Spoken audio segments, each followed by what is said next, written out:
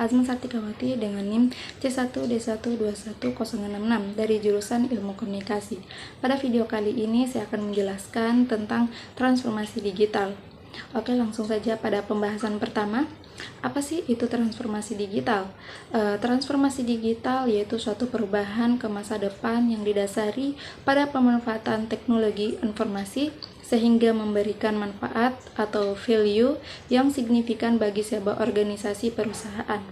Proses penggunaan TI untuk melakukan perubahan proses kegiatan masyarakat, dunia usaha, maupun pemerintah dalam melakukan proses bisnis. Kemudian selanjutnya yaitu mengapa perlu transformasi digital.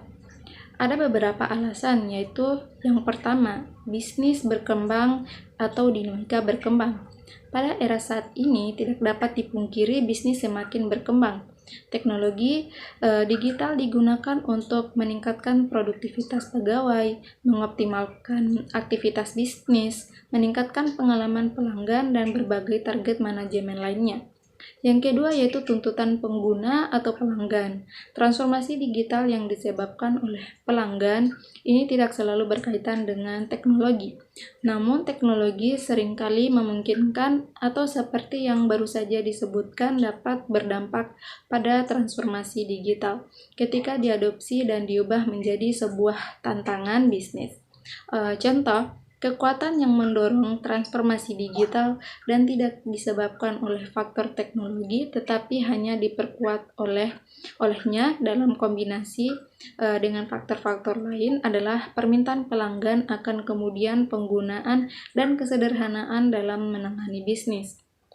Ini kembali ke masa ketika belum ada internet. Dalam hal ini, transformasi digital juga bisa mengejar ketertinggalan karena bisnis tidak memiliki pilihan lain lagi.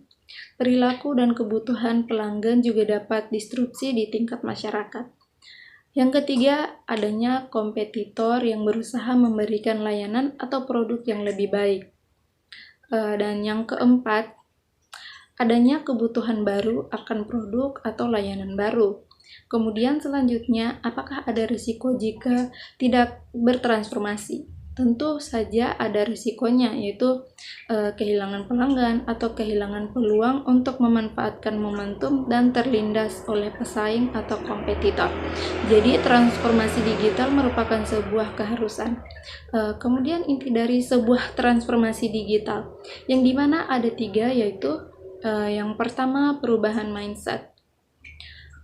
Sedapat mungkin apa yang sudah bisa diambil alih oleh teknologi jangan lagi dikerjakan secara manual. Berusaha sekeras mungkin untuk melihat di sekitar perusahaan atau organisasi apapun yang sifatnya produk, proses, sumber daya yang bisa digitalisasi, maka digitalisasikan. Jika ingin mengambil keputusan, jangan berdasarkan perasaan tetapi harus berdasarkan data, sehingga menghasilkan keputusan yang berkualitas. Berorientasilah kepada pelanggan atau pengguna. Yang kedua, yaitu perubahan proses. Dalam perubahan proses, kita mengenal yang namanya ESIA, yaitu eliminate atau eliminasi, di mana ada proses yang perlu dihilangkan maka eliminasi. Kemudian simplify, penyederhanaan, jika proses itu tidak dapat dieliminasi maka lakukan simplifikasi.